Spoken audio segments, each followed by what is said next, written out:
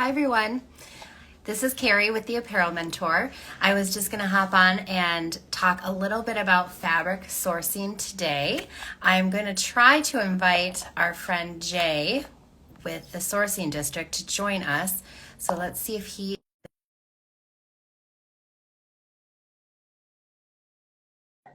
getting my invite. But basically, we just wanted to talk a little bit about how new brands can work with fabric sourcing. Hi Jay. Hey, Carrie, how are you? I'm great. Great, How are you? great. Good. Thanks for joining me today. Anytime. Awesome. So basically, I was just kind of outlining the fact that I'm hoping we can give new entrepreneurs a little bit of a background on like the best way to start sourcing, how to work with vendors, just things like that. So maybe you want to give everybody just a little background on who you are and what you do. Sure. So my name is Jay Arbitman, and for about 20 years, I have a sales agency called the Sourcing District that represents about a dozen suppliers of fabric, garment construction, necessities, labels, tags, so on and so forth. Um, Before that, I manufactured women's outerwear for about 30 years. So I have been doing this for a long time. Um, and uh, so I sell to a lot of different kinds of entities. Mhm. Everything from indie designers to event planners to uniform companies to retail fabric stores, and it goes on and on from there. And you can find me by going to thesourcingdistrict.com. And I would also say I have another website that you also might want to look at, interfacingandmuslin.com. Great. That's good to know. I didn't realize you had a second site. I do. Wonderful. Okay. Awesome. So I've been working recently with the Apparel Mentor and kind of just training entrepreneurs on getting started. And sourcing is always kind of a stumbling block and a little bit of a place where they get Sure. stuck or have a hard time. So I'm just curious if you have like some good tips on like what a new person going out to look for fabric where should they start, or like what kind of information should they be armed with to reach out to people? Yeah, I think there's a couple of ways to go at it, Carrie. But I'm going to mention one thing right at the Okay. beginning. When you reach out to anybody in the wholesale fabric business, or uh, introduce yourself well. I Good, know that good tip. sounds pretty basic, but I can't tell you how many times I get calls from people who I have to, kind of quiz them Hmm. what their name is, where are they from, what are they trying to do, and so it's good to be prepared with that kind of information.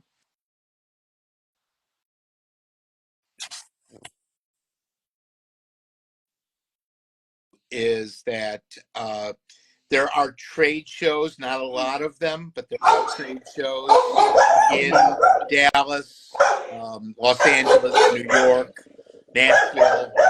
And those are good things to go to because you can see a lot of product and not spend any money. Get introduced to what's out there. Yeah. Also, it's amazing that it's not my dogs doing that. I know. I didn't realize that they were so quiet, and then now here we go. Right. I have two dogs, so I know what that's like. Yeah. And let me tell you what you don't want to do. Okay, That might good. Yeah. be easier. That would be Do great. not source in a retail store. I don't care what kind of Absolutely. retail store it is. I don't care what kind of discount they're giving you. Don't do that. Because here are the things you're looking for. You're looking for continuity. You want to be able to Hmm. buy 5 or 10 yards, make samples, and then be able to buy for production. In fact, one of the companies that you folks are associated with, Clothier Design Source, Hmm. that's what they do with me. They call up and we're looking for this. Okay, we'll take Yep. 10 yards, and then they try to develop something out of it. So Right. you want to go somewhere where you can buy sample yardage, where you can have continuity, real wholesale pricing, and good quality. And I think there's two important things to recognize, Gary, that you can buy lower priced woven fabrics and you may get something halfway decent. Mm-hmm. Lower priced knit fabrics are much more difficult to buy. Mm. And you're much more likely to end up with something that will torque or will shrink excessively. You can have all kinds of problems with cheap knits, and I don't sell that product, and I don't necessarily recommend it. Okay. I just would be careful with any kind of lower priced knitted fabric. I think that's really important. The other thing that I would, and so just where to find those people. There are, Yeah. if you're in the Chicago area, there are 2 sales reps that have lines, myself and then someone called FindFabricSales.com. Easy to Mm-hmm. find. If there are good suppliers in in a number of places. There's a company called Car Textiles that's a good supplier. I don't represent them, but I'm not mentioning their name. Yeah. They're a good supplier. So you want to reach out. Google can be not the best place. Right.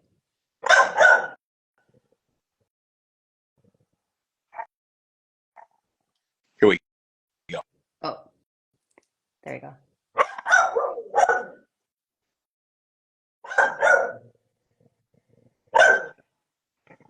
You don't want to go to buy fabric for a commercial project. Right. You want to find people that are in the wholesale business who will sell you sampleable yardage and who have continuity. So that would be a good start. And Mm-hmm. finding someone like myself, Find Fabric Sales, going to LA Textiles, going to the textile show in Dallas, the textile show in Nashville, there's the textile, it's got another name. There is a show in New York that's good. Mm-hmm. There are textile shows that are not really suitable for someone making in the United States. Oh, good to know. Um, so magic sourcing. It's a lot of Yeah. China to China. It is Mm-hmm. not really great if you're manufacturing in the United States. You're not the customer they're looking for. Sure. There are other really big shows, but they're not great if you're especially if you're trying to get started. You want Mm-hmm. to go to something that more serves an independent designer. That Um, makes sense. yeah, yep. And again,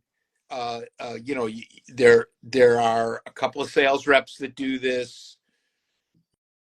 You want to also a lot of the fabric that's out there, and some of this fabric is terrific, but is more directed toward quilting, people who are doing quilting.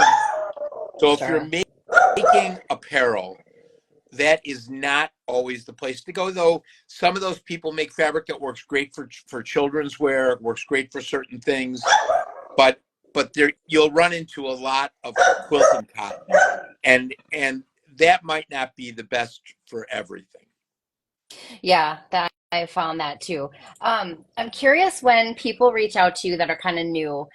You gave a great tip on like introducing themselves and making a great introduction. What would be like the next thing that you would want them to give you as far as information about maybe what they're looking for? Like, do they need to have examples of fabric? Do they need to have like, Right. what do they need to tell you so that you can help them find the right Finished fabric? product.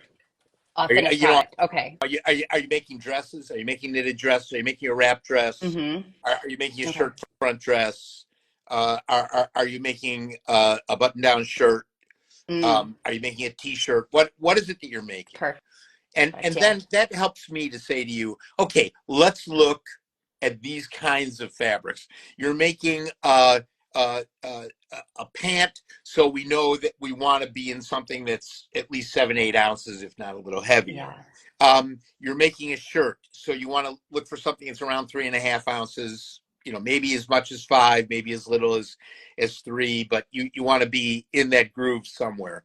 So, and the other thing is a little self-education won't hurt you. Okay. it's really good to know the difference between a knit and a woven. I would recommend Absolutely. that. Absolutely.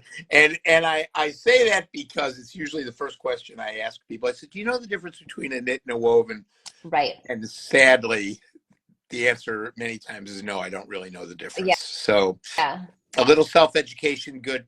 Just online, you can find glossaries that Mm-hmm. you can read through. Mm-hmm. That really you could do a little self-education. Yep. The other thing is recognizing that what you see in the store from Lululemon. Yeah.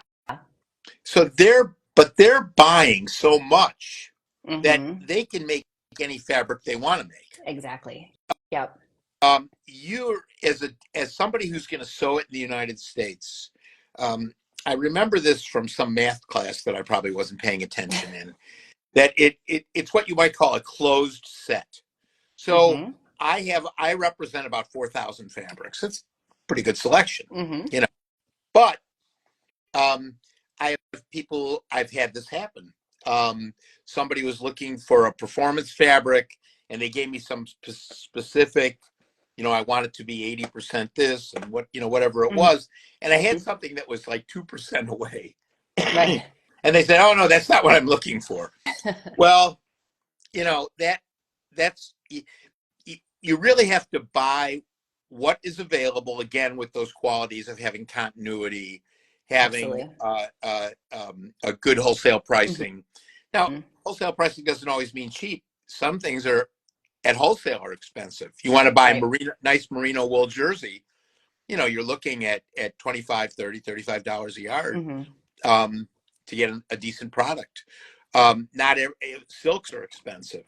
Right. Um, at wholesale, they're expensive, much less retail. Mm-hmm. So it's not always buying cheap stuff, but it's buying something. And again, that continuity part's really important, Right. because you're going to work with a pattern maker at some point, or you're going to make a pattern.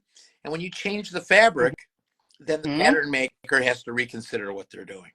Exactly. You're bringing up so many points that we're trying to educate people on. So this is really important. That continuity, working with wholesalers, Yeah. not going to the fabric store is huge for us. And then also we do a lot of education on hopefully knits, wovens, what they're looking for, that kind of thing. And we do tell most of our students to bring a garment similar to what they're trying to make with them, to say, okay, I want to make a legging kind of like this, or I want to make a woven shirt that's kind of like this. And Right. and I think what you just mentioned too about I like that analogy of the closed set, and understanding that, as a startup, you're not Nike, so you just can't make exactly every fabric that you want. You're just not there yet. So that's good to know for sure. So about Yeah. 7 or 8 years ago, I had someone come in looking for. He brought a garment with him, looking for Mm-hmm. something very specific. And I had this conversation with him and said, "Well, you're not going to be able to do that, but here's something I have Mm-hmm. that'll have the same appeal," and so on.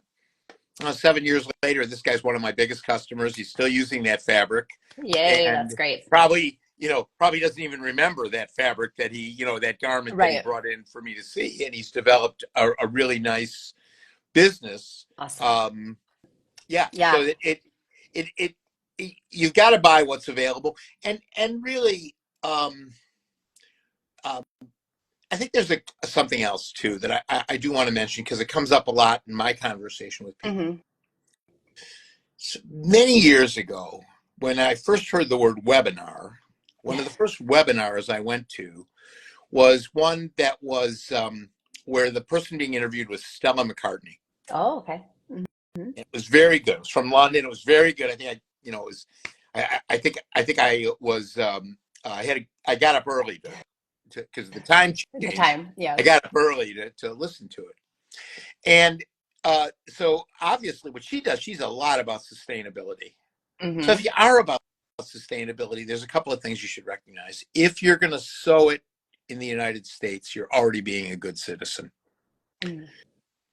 If you buy an organic cotton t-shirt made in Pakistan, and you buy an arsenic t-shirt made in Minnesota, you're Mm-hmm. probably doing less damage with that arsenic t-shirt made in Minnesota.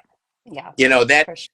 it, making and selling locally, this is what's really sustainable. Mm-hmm. That's now, look, there are wonderful sustainable fabrics Mm-hmm. and really fantastic. And in many cases, sustainable also many times means better. Mm-hmm. I agree. And also um, uh, uh, people who are they do pretty artful blends of sustain. Like I have a lot of organic cotton and hemp Oh combinations yeah, that are great. really Mm-hmm. really great. The fabrics perform well, they wash well, they're durable, they do everything.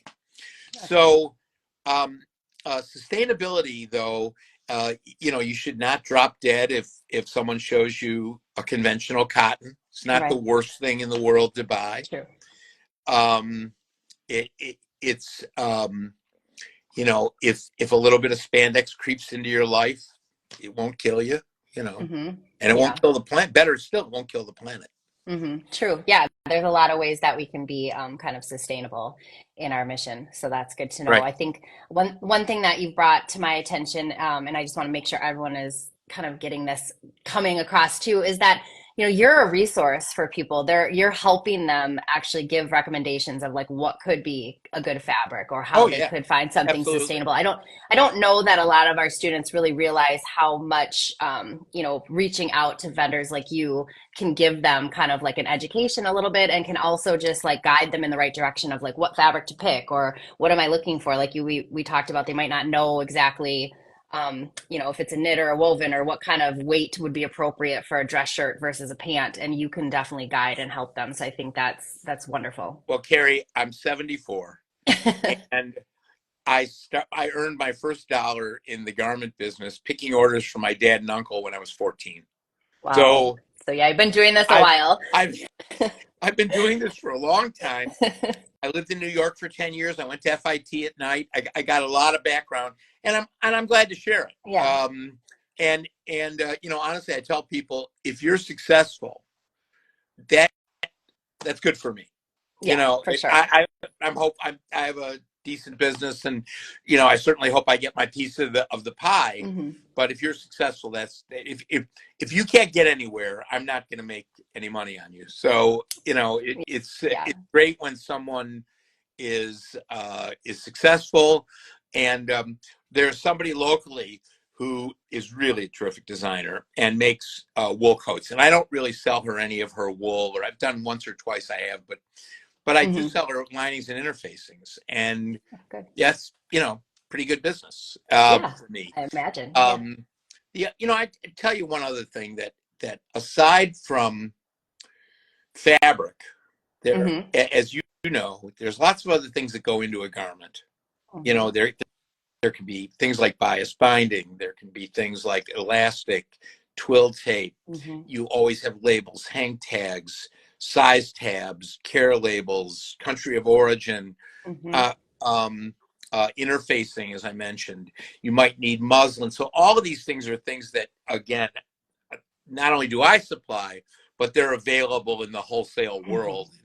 And um, uh, I have never had a problem mentioning my competitors because, as good ones. And Hmm. so, I would say also if you're looking online, finefabricsales.com, cartextiles.com, those are good suppliers. Hmm. Um, a lot of people use Kaufman Yeah. in California is a big supplier. There are California suppliers that I'm not crazy about that are more like jobbers, and a Sure. job. So that just quickly, there's you have retail stores, you have jobbers, and what jobbers do is they're buying and reselling fabric, so that continuity Right. piece isn't there, Yep. and Hmm. that's what you want. And then you have importers with a dedicated inventory. So those are good people to buy from because they have inventory on the same thing over and over again. You have converters, which is an entity that goes to a mill and says, okay, I want this color, I want water repellency, I want this weight, whatever, and they customize the fabric, and then they sell that. And mostly what you find in the worlds that we live in now are converters Hmm. as opposed to mills. I mean, I represent a couple of mills, but more often it's converters. Yeah, that makes sense. That's a good kind of just educational piece to understand like the different layers, and that sometimes I forget that the jobbers kind of sneak in there and we want to make sure that we have that continuity and go straight to the wholesale Right, for right, sure. Yeah. right. And there's a Perfect. place for all of those people. You know, Hmm. they're look, retail stores are great. If you're making a dress for yourself, go buy Yeah, the for fabric. sure. Go buy your 3 or 4 yards from a retail store, and you know, there are good retail stores that are, you know, I would say that the chain store is not as good, Hmm. but you have independent retailers. You have, I think, 3 of them in the Minneapolis area that are Hmm. Yeah. wonderful. Hmm. So, um, you know, that it it it just, it's never going to work out if you buy out of a retail store. Yeah, right. You're just not going to have that continuity and then that ability to kind of um, remanufacture as you're selling. You know, you make your first run, you want to go back and make a second run. You might not have that same Right, fabric available if you're not going to the right right. source. Yeah. And you know, the other things are that many times a retail store stores their fabrics on what's called a bolt as opposed to a roll. That's a good point. Yes. Yes. And so a bolt many times will leave a crease in the fabric. Yeah, and it's also just like in our factory, we don't have we work on rolls. We don't really have the capability Right, to unroll right, a bolt. You know, we can right. unroll a roll. So yeah. So most Yeah. cutting rooms, Carrie, will have a surcharge if Hmm. you buy Yeah, a absolutely. bolt. Um, and so there's, you know, there's, again, retail stores are great. um I sell to retail stores. Some of them I admire greatly, Hmm. but if you want to work commercially, Hmm. it's not the thing to do. Yeah, um absolutely. right, right. Okay, Well, you know, I don't want to. yeah, Oh, and I go was just going to ahead. say one other Yeah. thing. Uh don't be afraid to collect some color cards, Oh, yeah. and Yeah. uh get those. They may look something like this. Hmm. Great. They have what's called a feeler on them, and you know, it's good to get color cards in front of you, and then when you get started, you make some samples. It's a good investment to make some samples to know what looks right in what fabric. Yeah, exactly. Yeah, exactly. And you mentioned that too, that, you know, making the sample and the fabric, you might learn something and decide to change, and then you're going to have to go back to Absolutely. your pattern maker and do some tweaks. So it's always a good idea to Right, spend that extra money on making those samples and testing the fabrics right, first. Yeah. right. Hmm. Yeah, perfect. Well, Jay, you're just a wealth of resources and knowledge, and I'm really appreciative of you spending time with me today. And I will link your information here too to this Great. post. But just Thank you so thanks much. again for for joining us. Hopefully, we can talk again in the future. Anytime, Carrie. Always glad to join you guys. All right, thanks so much. Bye. Have a wonderful day. Bye bye.